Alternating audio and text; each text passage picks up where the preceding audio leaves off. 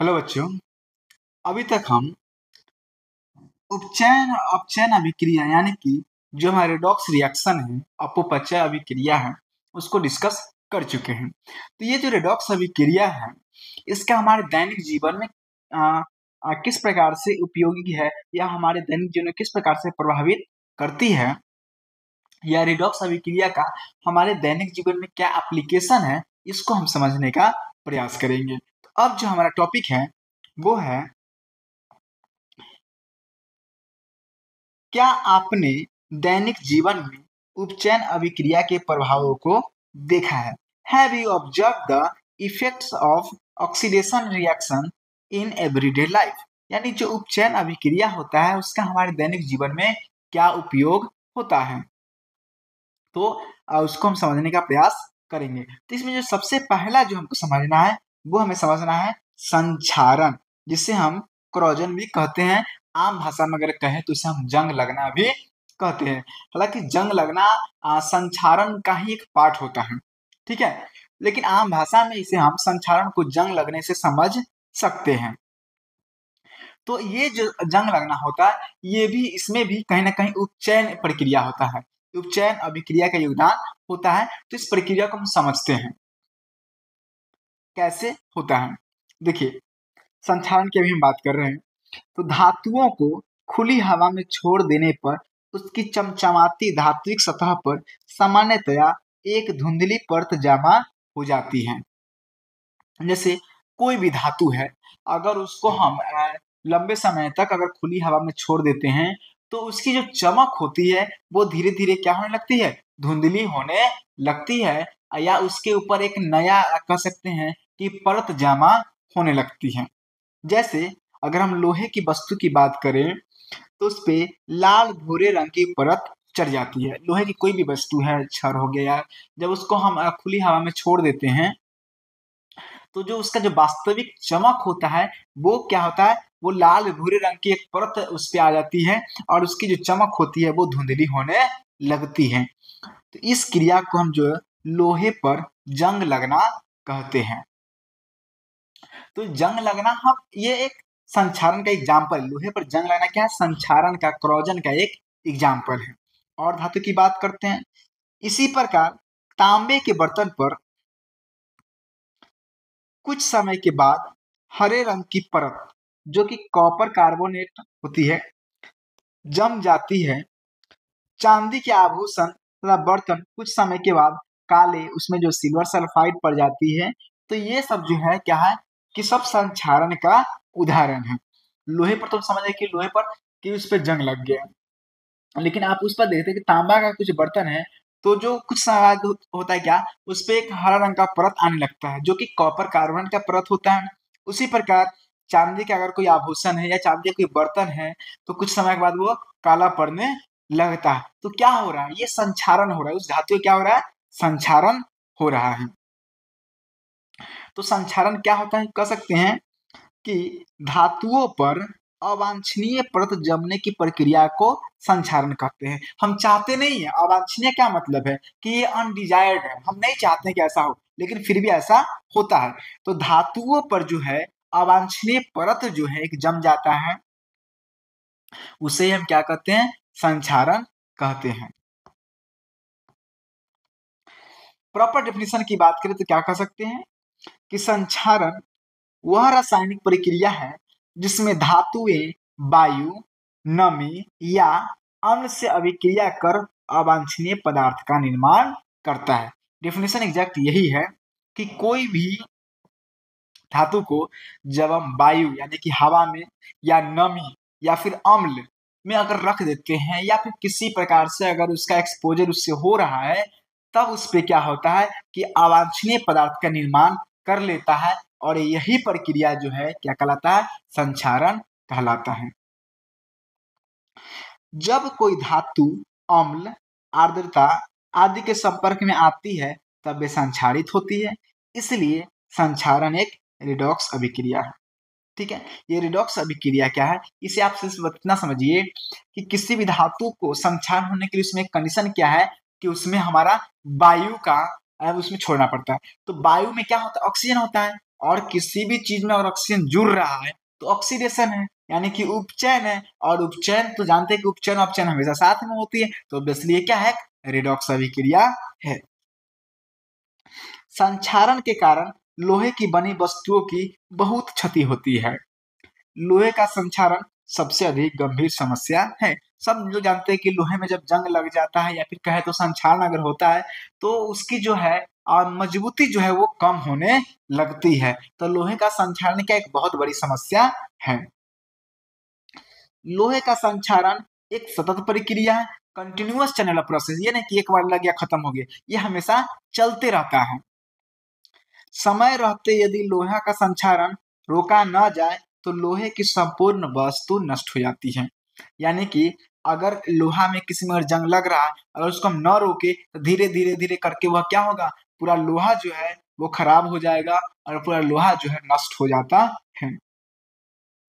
इसलिए लोहे की वस्तु को संक्षारण से बचाने के लिए उस पर पेंट कर दिया जाता है ताकि सीधे वायु और नमी के संपर्क में नहीं आ सके और जंग लगने से बच जाए। तो अगर लोहे की वस्तु है, हम सब देखते हैं कि लोहे की वस्तु है, उसमें हम क्या कर देते हैं, पेंट करते हैं। तो पेंट क्यों करते हैं, पेंट इसलिए करते हैं ताकि जो संक्षारण यानी जो जंग लगने की प्रक्रिया है वो रुक जाए। तो कैसे रुक जाता है, तो होता क्या है कि जैसे ही हम पेंट का लेयर उस लोहे पे चढ़ाते हैं तो उसका वायु से सीधा संपर्क नहीं हो पाता है, जिससे जो वायु के साथ उसका जो अभिक्रिया है, उपचयन अभिक्रिया है या कह सकते हैं रिडॉक्स अभिक्रिया है, वो नहीं होता है। ठीक है, तब जाके क्या होता है कि लोहे की जो वस्तु है वो संक्षारित होने से बच जाती, यानी हमें वायु से उसका कंटैक्ट को क्या करना है, तोड़ना है। वायु से कर सकते हैं, नमी से कर सकते हैं, आम्ल से कर सकते हैं, उसका कंटैक्ट क्या करना है, तोड़ देना है। तो इसे कैसे कर सकते हैं, तो हम पेंट करके ऐसा कर सकते हैं। नेक्स्ट जो एग्जाम्पल हमें अब इसे समझना है उपचयन का, वो हमारा है रैंसिडिटी यानी कि विकृत गंधिता। आप सब लोग इसे आसान भाषा में कह सकते हैं, तो कह सकते हैं कि खाना का बासी हो जाना, खाना का खराब हो जाना। तो इसका भी कारण क्या है, उपचयन कारण है, रिडॉक्स अभिक्रिया हमारा कारण है। वसा तथा तेल से बने खाद्य पदार्थों में उपचयन की क्रिया के कारण अरुचिकर गंध और स्वाद का उत्पन्न होना विकृत गंधिता कहलाती है। देखिए, जितने भी खाद्य पदार्थ है वो तेल, वसा का मतलब भी आप तेल समझ सकते हैं, एक्चुअली फैट होता है। तो तेल से बने हुए जितने भी खाद्य पदार्थ हैं उसमें उपचयन की क्रिया हो जाती है तो उसका जो गंध होता है या जो स्वाद होता है वो अरुचिकर हो जाता है। अरुचिकर का मतलब है कि वो हमें पसंद नहीं आता है, हमें अच्छा नहीं लगता है। तो इस चीज का होना ही क्या कहलाता है, विकृत गंधिता कहलाता है। मतलब उसका स्वाद जो है बदल जाना, स्वाद का गंध का खराब हो जाना ही विकृत गंधिता कहलाती है। वसा तथा तेल से बने खाद्य पदार्थों में उपचयन की क्रिया को कुछ सामान्य विधि द्वारा प्रति उपचायक यानी कि ऑक्सीकारक एंटीऑक्सीडेंट द्वारा रोका जा सकता है या कम किया जा सकता है। देखिए, जितने भी हमारा तेल से बने हुए खाद्य पदार्थ है, अगर उसको हम चाहते हैं कि वो खराब न हो, उपचयन की क्रिया न हो, तो इसके लिए हमें कुछ पदार्थ है जैसे कि एंटीऑक्सीडेंट्स होते हैं, कुछ पदार्थ होते हैं जो एंटीऑक्सीडेंट्स होते हैं या कह सकते हैं प्रति उपचायक होते हैं, ऑक्सीकारक होते हैं। इस पदार्थ के द्वारा हम क्या कर सकते हैं, जो खाना है उसको विकृत गंधिता या फिर उपचयन होने से हम रोक सकते हैं। अगर कई बार तो रोकना संभव नहीं होता है तो उसको हम कम कर सकते हैं, जो 2 दिन में खराब होने वाला है उसको हम 10 दिन के बाद उसको खराब, मतलब इस प्रक्रिया को स्लो डाउन किया जा सकता है। तो सामान्य विधि क्या है, सामान्य विधि है कि हम अपने खाद्य पदार्थों को फ्रिज में यानी कि रेफ्रिजरेटर में रखकर क्या कर सकते हैं कि जो उपचयन की अभिक्रिया है उसको हम स्लो कर सकते हैं, धीरे कर सकते हैं। वायुरोधी बर्तनों में रखकर भी, यानी कि देखते हैं जितना भी चिप्स वगैरह का पैकेट होता है वो उस पैकेट में से क्यों बंद किया था, ताकि उसको हम उपचयित होने से बचा सके, उसको ऑक्सीकरण होने से क्या करें, बचा सके। कई बार जो है प्रकाश से दूर रख कर भी जो है हम क्या करते हैं, उपचयन की अभिक्रिया को स्लो कर सकते हैं, खाना खराब होने से बचा सकते हैं। तो ये कुछ बहुत इंपॉर्टेंट एग्जाम्पल है जिससे आप समझ सकते हैं कि खाना को खराब होने से या उपचयन की अभिक्रिया होने से हम कैसे रोक सकते हैं। तो फ्रिज में रखकर रोक सकते हैं, वायुरोधी मतलब जिसमें हवा नहीं जाता हो, वैसे पैकेट में रख देंगे, वैसे बर्तन में रख देंगे, या प्रकाश से दूर अगर रख देते हैं तब जाके यह क्या है, कुछ सामान्य विधि जिससे हम खाना को लंबे समय तक जो है खराब होने से बचा सकते हैं। फ्रिज में क्या होता है, रेफ्रिजरेटर में निम्न ताप पर उपचयन की क्रिया मंद हो जाता है। यानी फ्रिज में क्या होता है कि वहां का टेम्परेचर जो होता है वो काफी कम होता है। और देखिए आप देखते होंगे गर्मी के दिन में खाना जल्दी खराब होता है, ठंडा के दिन में कम होता है, देरी से होता है। तो गर्मी के दिन में क्योंकि टेम्परेचर ज़्यादा होता है, तो ज़्यादा टेम्परेचर में जो उपचयन क्रिया है वो तेज़ हो जाती है। तो अगर हम टेम्परेचर कम कर दें, तो ये उपचयन क्रिया को हम स्लो कर सकते हैं। तो फ्रिज का जो टेम्परेचर होता है, वो कम होता है। तो जो फ्रिज में जो है कम टेम्परेचर होने के कारण उपचयन क्रिया बहुत स्लो हो जाती है, इसलिए फ्रिज में हम खाना को लंबे समय तक जो है वो सुरक्षित रख सकते हैं।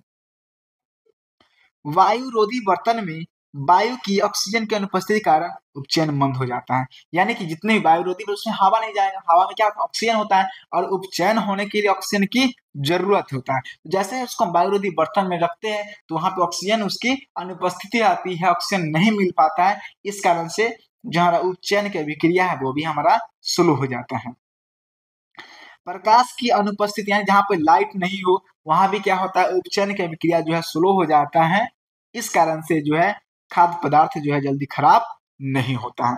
तो ये काफी मतलब आपके दैनिक जीवन में सोचिए कितना इंपॉर्टेंट है हमारा उपचयन की क्रिया। तो आपको खाना अगर इस तरह का चीज है तो आप उसको बचाने के लिए इन सामान्य विधि का इस्तेमाल आप कर सकते हैं। अब कुछ एंटीऑक्सीडेंट पदार्थ भी होते हैं जिसे हम प्रतिउच्चायक कहते हैं, वो होता है हमारा BHA ब्यूटीलेटेड हाइड्रोक्सी एनिसोल या BHT ब्यूटीलेटेड हाइड्रोक्सी टोलिन। ये जो है कुछ ऐसा खाद्य पदार्थ है जो एंटीऑक्सीडेंट है, यानी ये उपचयन की अभिक्रिया को रोक देता है या फिर कह सकते हैं कि स्लो कर देता है। अगर इसे अपने हम भोजन में मिला देते हैं तो भोजन में उपस्थित वसा या तेल जो है आसानी से उपचयित नहीं होता। अगर हम अपने खाना में BHA या BHT अगर मिला देंगे तो चूंकि तेल के कारण ही होता है ऐसा, तो तेल और ऑक्सीजन के कंटैक्ट से, तेल और ऑक्सीजन के रिएक्शन से होता है। तो ये दो क्या होता है कि भोजन में जितने भी उपस्थित जो है तेल और ये वसा है उसको ये BHA और BHT है उसको आसानी से ऑक्सीजन से रिएक्शन करने नहीं देता है, जिससे क्या होता है खाना जो है लंबे समय तक जो है सुरक्षित रह पाता है। खाद्य पदार्थ वाले बर्तन या पैक से ऑक्सीजन हटाकर उसमें नाइट्रोजन जैसे कम सक्रिय गैस को भरकर उपचयन क्रिया को रोकी जा सकती है। जितने भी चिप्स के पैकेट है, जितने भी हमारे पैकेज्ड फूड है, तो उसमें से क्या क्या आता है, सबसे पहले उस पैकेट से ऑक्सीजन को निकाल लिया जाता है। चूंकि उपचयन होने के लिए ऑक्सीजन जरूरत होता है तो उसमें ऑक्सीजन निकाल लिया जाता है और उसमें जो है नाइट्रोजन जैसे जो कम सक्रिय जल्दी रिएक्शन नहीं करता है उसको उस पैकेट में भर दिया जाता है, जिससे क्या होता है कि उपचयन की अभिक्रिया जो है उसको रोक दिया जाता है, इसीलिए हमारा खाना खराब नहीं होता है। चिप्स बनाने वाले चिप्स की प्लास्टिक थैली में से हवा यानी क्या करते हैं, पहले ऑक्सीजन को उसमें से हटा देते हैं, फिर उसमें नाइट्रोजन गैस भर देते हैं, जिससे क्या होता है चिप्स का उपचयन नहीं हो पाता है, चिप्स का ऑक्सीडेशन नहीं हो पाता है और चिप्स का जो स्वाद है वो काफी दिनों तक खराब नहीं होता है। इस प्रकार भोजन का पचना, श्वसन क्रिया आदि जो है उपचयन अभिक्रिया है। चिप्स के पैकेट ग्लास में उसमें से ऑक्सीजन निकाल देते हैं, चूंकि ऑक्सीजन निकाल दिए और उसमें नाइट्रोजन गैस भर दिए तो ऑक्सीजन तो है नहीं, तो फिर उसका जो है उपचयन नहीं हो पाता है और जो चिप्स का स्वाद है वो हमारा क्या होता है, लंबे समय तक खराब नहीं होता है। और उपचयन अभिक्रिया के और एग्जाम्पल की बात करें तो भोजन का पचना, श्वसन क्रिया, ये सब क्या है, उपचयन अभिक्रिया का एग्जाम्पल है। नेक्स्ट जो है वो है हमारा दहन, जिसे हम कंबसन भी कहते हैं, इंग्लिश में इसे हम कंबसन कहते हैं। तो दहन का जो आमतौर पे अर्थ है जलना होता है, दहन करने का मतलब जलना। तो जो पदार्थ जलते हैं उसे दहनशील या ज्वलनशील या कंबस्टिबल कहते हैं, मतलब पदार्थ कहते हैं। और जो पदार्थ नहीं जलते उसे अदहनशील या अज्वलनशील यानी नॉन कंबस्टिबल कहते हैं। तो जो पदार्थ जलता है उसे ज्वलनशील कहते हैं, दहनशील कहते हैं। जो पदार्थ नहीं जलता है उसे अदहनशील या अज्वलनशील कहते हैं। अब हमारा है ज्वलन ताप, इग्निशन टेम्परेचर। ये क्या होता है, तो जिस न्यूनतम ताप पर कोई पदार्थ जलना शुरू करता है उसे उस पदार्थ का ज्वलन ताप या प्रज्वलन ताप या इग्निशन टेम्परेचर कहते हैं। जैसे देखिए, आप अगर एक कागज को जला रहे हैं तो वो जल्दी जल जाएगा, आप एक लकड़ी को जला रहे हैं तो समय लग गया, किसी लोहा को जला रहे हैं तो और ज्यादा टेम्परेचर लगता है। तो हर पदार्थ का एक फिक्स टेम्परेचर होता है जिसपे वह जलना शुरू करता है। तो कुछ पदार्थ जल्दी जल जाता है, कुछ पदार्थ है जो अधिक ताप पे जलता है। तो जिस ताप पे कोई पदार्थ है जलना शुरू कर देता है वह न्यूनतम ताप ही क्या कहलाता है? ज्वलन ताप कहलाता है। ज्वलन ताप पदार्थ की प्रकृति एवं उसकी अवस्था पर निर्भर करता है। बिल्कुल सही बात है। अगर कोई कागज भींगा हो और कोई कागज सूखा हो तो उसकी एक का भींगी हुई अवस्था और एक का सूखा अवस्था है। तो सूखा वाला कागज जल्दी जलेगा और जो भींगा हुआ कागज है वो क्या होगा? काफी देर से जलेगा। तो ये ज्वलन ताप इस बात पर डिपेंड करता है कि उसकी प्रकृति कैसा है, ठीक है, और वह किस अवस्था में है। ज्वलन ताप से कम ताप पर कोई पदार्थ नहीं जलता। बिल्कुल सही बात है कि जिस पदार्थ को जलने के लिए वह न्यूनतम ताप चाहिए उससे अगर कम देंगे तो कितना भी हम कम देंगे नहीं जलेंगे। जैसे अगर लोहा को हम ले आए और जलाने का प्रयास करें, नहीं जल पाता है। क्यों? क्योंकि उसका जो ज्वलन ताप है वो उतना उसको नहीं मिल रहा है, ठीक है, उससे कम मिल रहा है तो कम है तो नहीं जलता है। लेकिन जैसे ही उसका न्यूनतम ताप मिल जाता है तो वह जलना शुरू कर देता है। तो ज्वलन ताप से कम पर कोई भी पदार्थ जो है वो नहीं जलता है। तो ज्वलन ताप का तो परिभाषा है कि वह न्यूनतम तापमान, मतलब वह कम से कम तापमान जिस पर कोई पदार्थ जलना शुरू कर देता है वैसे कहलाता है ज्वलन ताप कहलाता है। जलने की क्रिया का दूसरा कारक दहन के पोषक संपोर्टर ऑफ कंबसन पदार्थ होते हैं जो पदार्थ को जलने में सहायता करते हैं। देखिए, जलने की क्रिया में दूसरा जो आपका चीज है कि कुछ बहुत सारे ऐसे पदार्थ हैं जो जलने में सपोर्ट करते हैं, ठीक है, दहन के पोषक कहलाते हैं।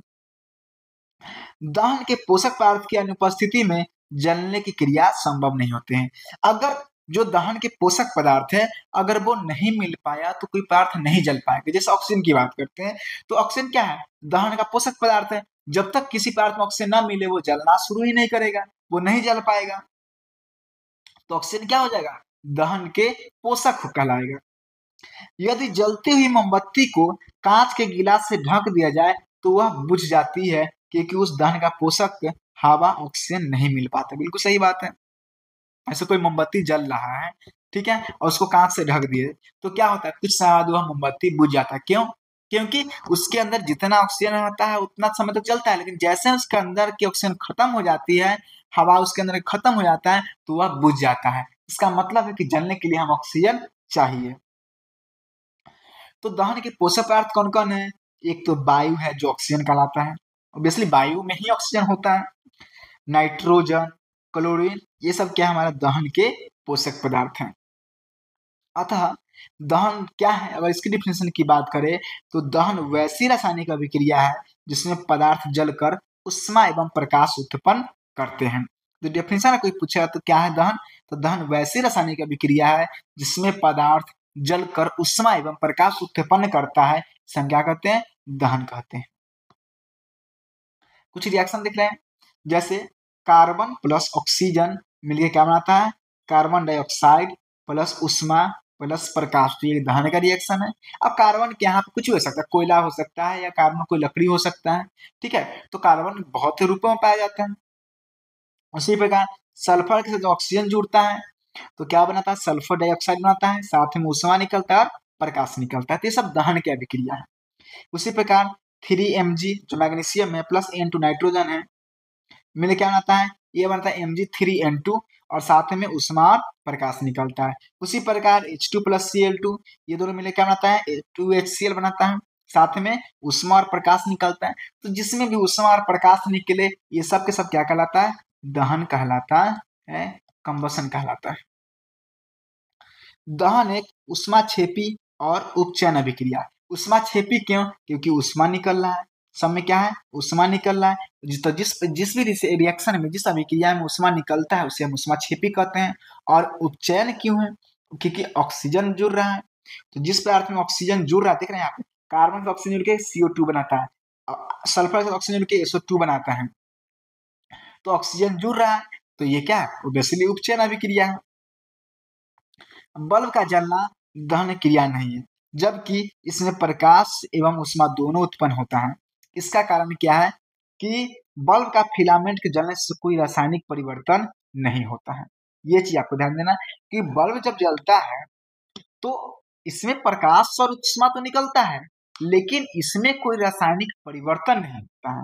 जैसे यहाँ पे देखिए, कार्बन और ऑक्सीजन मिलकर CO2 बनाया, तब ऊष्मा और प्रकाश निकला। तो ऊष्मा और प्रकाश में सब क्या बना, CO2 भी तो बना, क्योंकि CO2 C+O2 से मिलकर बना CO2 बना। ये एक रिएक्शन हुआ, एक रासायनिक परिवर्तन है, क्योंकि C कार्बन और ऑक्सीजन दोनों का गुण अलग है, जबकि CO2 का गुण अलग है। तो सिर्फ प्रकाश और ऊष्मा का निकलना ही कंडीशन नहीं है, साथ में कोई नया पदार्थ भी बनना चाहिए, ठीक है, तब जाके वह दहन कहलाता है। क्योंकि बल्ब जब जलता है तो वहां पे कोई भी रासायनिक परिवर्तन नहीं होता है, कोई नया पदार्थ नहीं बनता है, इसलिए जो है वो बल्ब का जलना जो है वो क्या हमारा दहन नहीं है। दहन के लिए आवश्यक शर्त क्या है, कंडीशन नेसेसरी टू कंबशन। तो सबसे पहला है कि एक दहनशील पदार्थ होना चाहिए, यानी ऐसा पदार्थ जो जल सके। तो पहला बात, जलने वाला एक पदार्थ होना चाहिए। दूसरा है कि दहन के पोषक पदार्थ जैसे ऑक्सीजन वगैरह वो हमारे उसकी उपस्थिति होनी चाहिए। और तीसरा है ज्वलन ताप की प्राप्ति, यानी कम से कम जो उसका न्यूनतम टेम्परेचर है वो मिलना चाहिए, तब जाके ही कोई पदार्थ जल सकता है। तीनों में से कोई भी एक चीज की कमी होगा, दहन नहीं हो पाएगा। मान लीजिए दहनशील पदार्थ है, दहन के पोषक पदार्थ भी है, लेकिन ज्वलन ताप उतना नहीं मिल पा रहा है, तब भी नहीं जल पाएगा।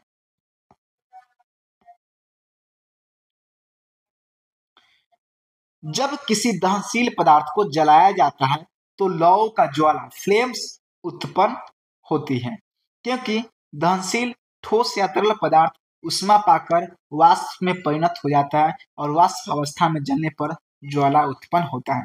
इस बात जब भी हम किसी दहनशील पदार्थ को जलाते हैं तो वहां पे फ्लेम बनता है। क्या बनता है, फ्लेम बनता है, क्योंकि जितने भी दहनशील ठोस या तरल पदार्थ है, जैसे ही उसको उष्मा मिलता है तो वह क्या होता है, वाष्प में बदल जाता है, और वाष्प जब अवस्था में जब वह जलता है तो ज्वाला उत्पन्न होता है।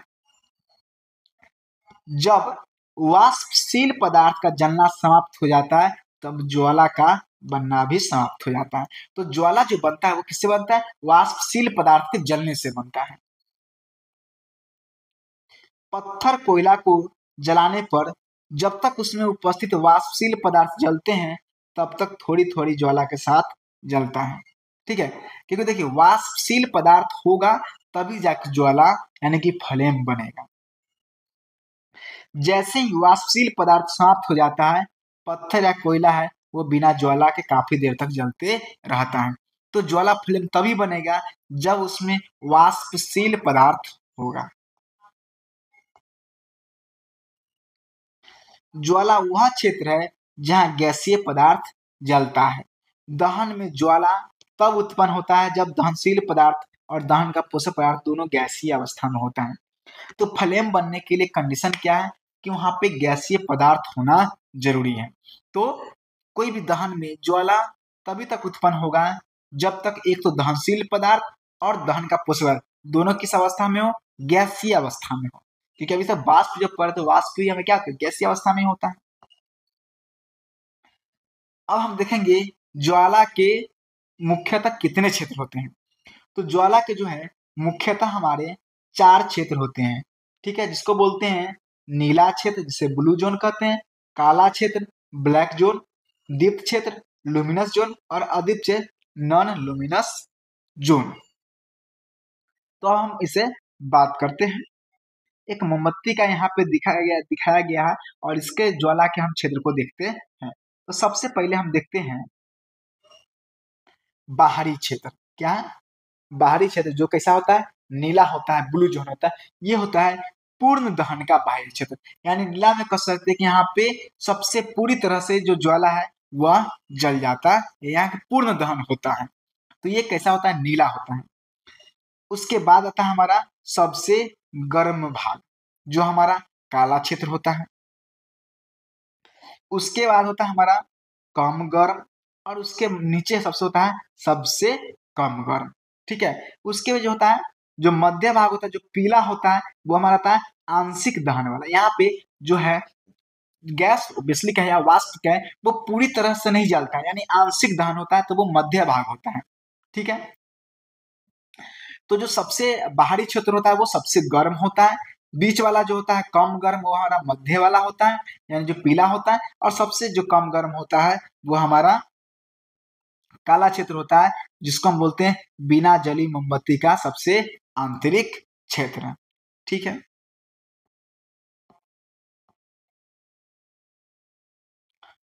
थोड़ा सा आप इससे हम मोमबत्ती के बारे में जान लेते हैं।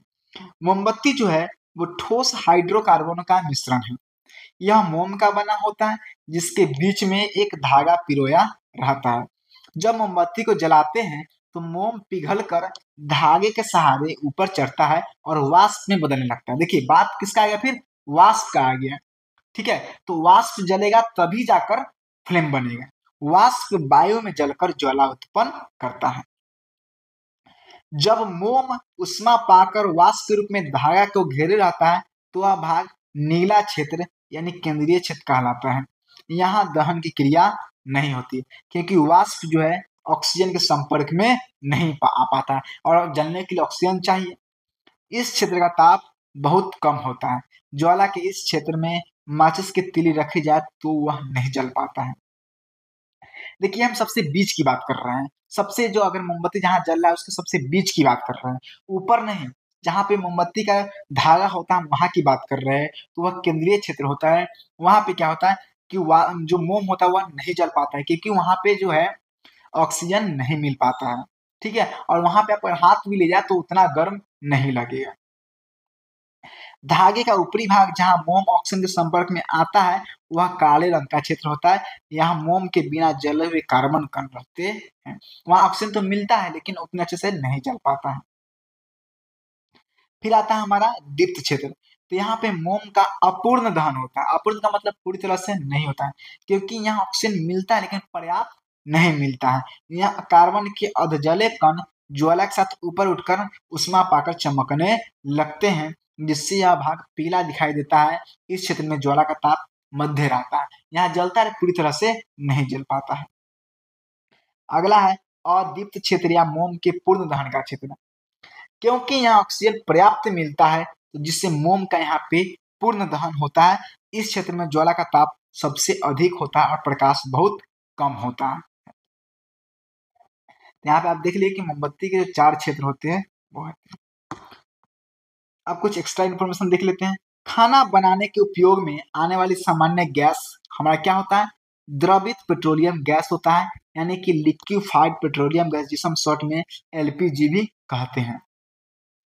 यह एथेन यानी कि C2H6, प्रोपेन C3H8 और ब्यूटेन C4H10 गैस का मिश्रण है, लेकिन इसका मुख्य अवयव जो हमारा क्या है वो ब्यूटेन है। तो क्वेश्चन आ सकता है कि सबसे पहला क्वेश्चन तो ये आएगा कि खाना बनाने के उपयोग में कौन सा गैस होता है, तो वो होता है हमारा लिक्विफाइड पेट्रोलियम गैस, यानी कि द्रवित पेट्रोलियम गैस एलपीजी होता है।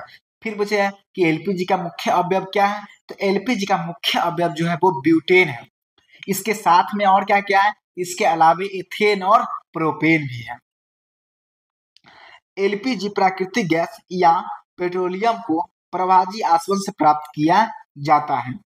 उच्च दाब पर यानी कि हाई प्रेशर पर ये आसानी से द्रव अवस्था में बदल जाते हैं। एलपीजी गैस होता है लेकिन जैसे हाई टेम्परेचर में जाते हैं डालते हैं तो ये क्या होता है, द्रव यानी लिक्विड अवस्था में हो जाता है, जिससे फिर हम लोहे के सिलेंडर में भरकर उपभोक्ताओं को यानी कंज्यूमर को जलाने के लिए दिया जाता है। सिलेंडरों का वाल्व खोलने पर दाब घट जाता है, जिससे द्रव वाष्पित होकर गैस के रूप में बाहर निकलती है। यह नीली लौ के साथ जलता है। जब तक वह सिलेंडर के अंदर रहता है तब तक तो वह लिक्विड स्टेट में रहता है, लेकिन जैसे ही वह बाहर की तरफ वाल्व खोलते हैं तो उसका प्रेशर कम जाता है। जैसे ही प्रेशर कमता है, द्रव जो उसका हम कह सकते हैं कि दाब घटता है, वैसे ही वह फिर से वह गैस वाली अवस्था में आ जाता है, और फिर यह जैसे गैस आएगा तो वह नीली लौ के साथ जलता है। और 1 ग्राम अगर एलपीजी को जलाते हैं तो लगभग 55 किलो जूल ऊर्जा हमें मिलता है। गैस का रिसाव का पता लाने के लिए इसमें तीव्र गंध वाली गैस एचाइल मरकैप्टन यानी C2H5SH थोड़ी मात्रा में मिला मिला दी जाती है ताकि गैस का रिसाव होने पर तुरंत पता लग जाए। देखिए, आमतौर पे जो एलपीजी है उसका कोई भी गंध नहीं होता है, लेकिन ये काफी खतरनाक हो सकता है। कई बार क्या है कि गैस से लीकेज हो रहा है, चूंकि उसमें कोई गंध नहीं था, हमें पता भी नहीं चल पाएगा। चूंकि अगर हमें पता नहीं चल पा रहा है तो इससे क्या होगा, इससे ये होगा कि बहुत बड़ी गैस लीक हो रहा है, किसी को पता नहीं, जैसे ही कोई आग लग जाए तो जलने की बहुत बड़ी घटना हो सकती है। तो इसका पता लगाने के लिए क्या किया जाता है, उसमें जो है एचाइल मरकैप्टन मिला दिया जाता है। इससे क्या होता है कि उस गैस में एक गंध आ जाता है, तो जैसे वह गैस लीकेज होता है, वैसे चूंकि गैस के साथ तो वो गंध भी है, तो गंध हमारे नाक को जैसे ही पता चलता है, हम पता कर लेते हैं कि यहाँ पे कोई गैस लीकेज हो रहा है। फिर हम उसको अपने उस हिसाब से जो सेफ्टी मेजर्स है उसको अपनाते हैं। यदि गैस का रिसाव होता है तो तुरंत गैस सिलेंडर को खुले स्थान में ले जाना चाहिए और इसकी सूचना गैस एजेंट को दे देनी चाहिए। इससे क्या होगा कि जो भी घटना है वो घटने से